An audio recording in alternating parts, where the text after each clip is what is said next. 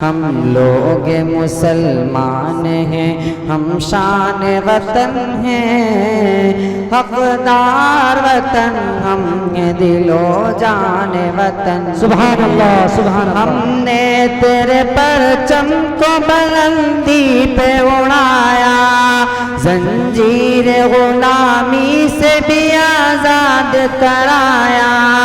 हमने तेरे परचम को बुलंदी पे उड़ाया, जंजीर गुलामी से भी आजाद कराया।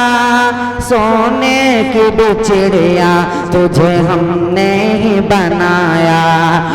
हिंदी में स्पीच पेश करने के लिए मोहम्मद मुफीद को दावत दे रहे हैं कि वो आए और हिंदी में स्पीच पेश करें।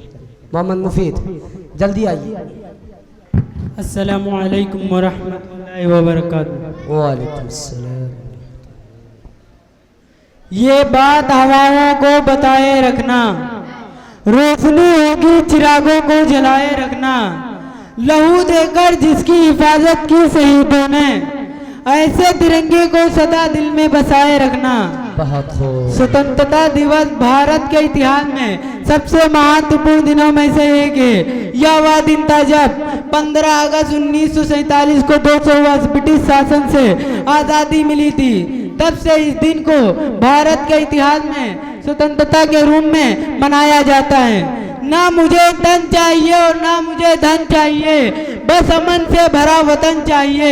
जब तक जिंदा हूँ मातृभूमि के लिए, जब मरूं तो तिरंगा कफन चाहिए। अस्सलामु अलैकुम वरहमतुल्लाहि वबरकातुहू। बहुत खूब माशाअल्लाह। अब आइए तकरीर पेश करने के लिए मोहम्मद आमिर को दावत स्टेज देता हूँ। वो आए और तकरीर पेश करें। मोहम्मद आमिर डाइस पर। अस्सलामु अलैकुम वरहमतुल्लाहि वबरकातुहू। अल्हम्दुलिल्लाह वकफ़ा वसलामुन अला इबादिहिल्लज़ीना इस्तफ़ा अम्मा बअद। अऊज़ु बिल्लाहि मिनश शैतानिर रजीम। बिस्मिल्लाहिर रहमानिर रहीम। या अय्युहन नबिय्यु हर्रिज़िल मुअमिनीना अलल क़िताल। सदक़ल्लाहुल अज़ीम। जवानों ये सदाएँ आ रही है आबशारों से, जवानों ये सदाएँ आ रही है आबशारों से। चट्टाने चूर हो जाए जो हो अज़्मे सफ़र पैदा। उक़ाबी रूह जब बेदार होती है जवानों में, उक़ाबी रूह जब बेदार होती है जवानों में, नज़र आती है उनको अपनी मंजिल आसमानों में। नहीं तेरा नशे मनक़सिर सुल्तानी के गुम्मत पर, नहीं तेरा नशे मनक़सिर सुल्तानी के गुम्मत पर, तू शाही है बसेरा कर पहाड़ों की चट्टानों में। सदर ज़ीवक़ार मेहमानान इज़ाम और गुलशन इमदादुल उलूम के नौशगुफ्ता फूलो, आज आप हज़रात के सामने इस अज़ीम शान जिस्ने आज़ादी के मौके पर मेरे तकरीर का उन्वान है जंग आज़ादी हिंद में उलमाए दमन का किरदार। दुआ करे अल्लाह ताला मुझे हक बात कहने की तौफीक अदा फरमाए, आमीन।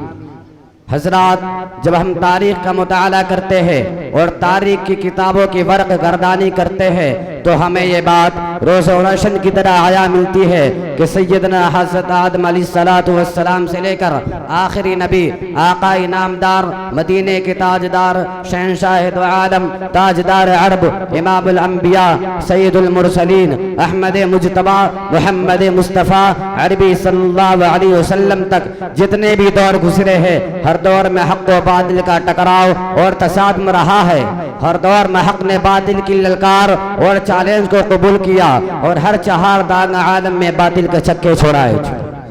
हज़रात गिरामी, इसी तरह जब हिंदुस्तान पर बातिल अंग्रेज़ों का नापाक साया पड़ा और अंग्रेज़ों ने ईस्ट इंडिया कंपनी की बुनियाद रखी, जिससे मकसद महज हिंदुस्तान पर कब्जा करना था और हिंदुस्तान से मजहब इस्लाम को मिटाने की मज़मूम साजिश थी।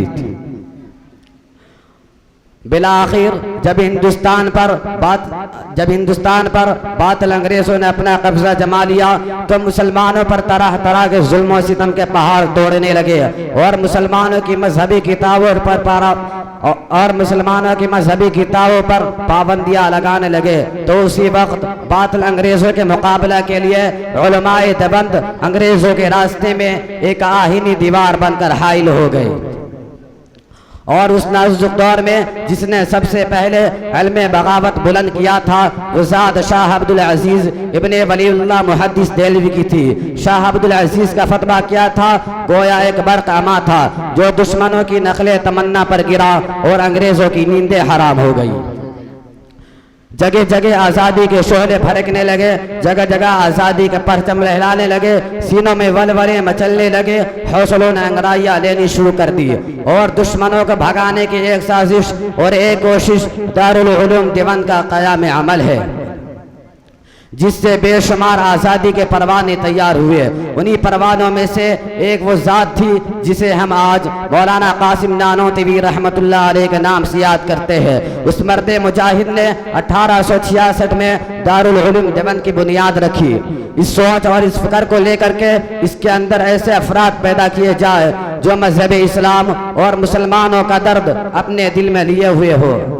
चुनांचे यही दारुल उलूम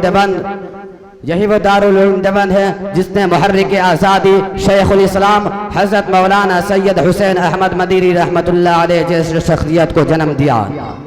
आज़ादी के मर्द मुजाहिद शेखुल हिंद हज़रत मौलाना महमूदुल हसन देवबंदी रहमतुल्लाह अलैह को जन्म दिया।